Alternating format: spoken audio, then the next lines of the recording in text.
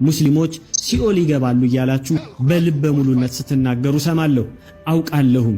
እኔ ግን እላችኋለሁ የሲኦል ቅጣት ለራሳችሁ አልቅሱ። ስትሞቱ ፈጣሪ አምላክ ሲኦል የሚያስገባችሁ ሰዎች ትኖራላችሁ። ዳግም በሕይወት ተፈጥራችሁ የማስተካከል ዕድል እንደሌላችሁ እውነቱን ተረዱ። በመስጊዶች ጸሎትም ሶላትም ተሰብስበው የሚጸልዩትም ምእመናን ብዙ ናቸው። በየዕለቱ ማለዳ ጠዋት ለጸሎት ወደ መስጊድ 5 ወቅት ጸሎት አለ።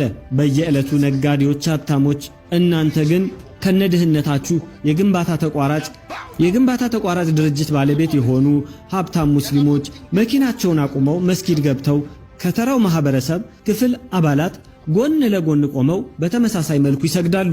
ሀብታሞቹም ቢሆኑ ከነጫማቸው ወደ መስጊድ የሚገቡ አይመስለኝም። እኛ የምንድነው በፈጣሪ ምህረት መሆኑን መርሳት የለባችሁ። እንደ ቤተ ክርስቲያን ቅዱስ የአምልኮ ስፍራ የለም በማለት እኛ ክርስቲያኖች እንመጻደቃለን። እንደ ቤተ ክርስቲያን አጸደ ቅዱስ መለኮታዊ ስፍራ የለም በማለት በኩራት እንናገራለን። እኔ ግን እላችኋለሁ መስጊድ ውስጥ የመግባትና የማየት ዕድሉን ካላገኛችሁ በቀር ቅዱስ የአምልኮ ስፍራ ምን ማለት እንደሆነ አትረዱም። በቤተ ክርስቲያን ውስጥ የሚነገሩና የሚፈጸሙ በርካታ አልባሌ ነገሮች መኖራቸው ይታወቃል። እንዲህ ያሉ አልባሌ ነገሮችን መስጊድ ውስጥ ለመፈጸም ድፍረት ያለው አንድም ሰው በፍጹም አታገኙ።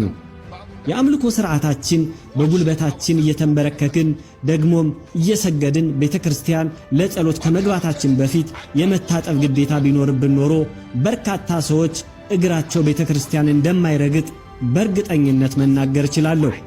ምን አይነት ቤተ ክርስቲያን ነው? በእንዲህ ያለ ቅጣትና መንገላታት አልፈልግም። ጫማዬን ማውለቅ፣ እግሬን መታጠብ፣ ፊቴን መታጠብ፣ ይህ ሁሉ ሥርዓትና ግዴታ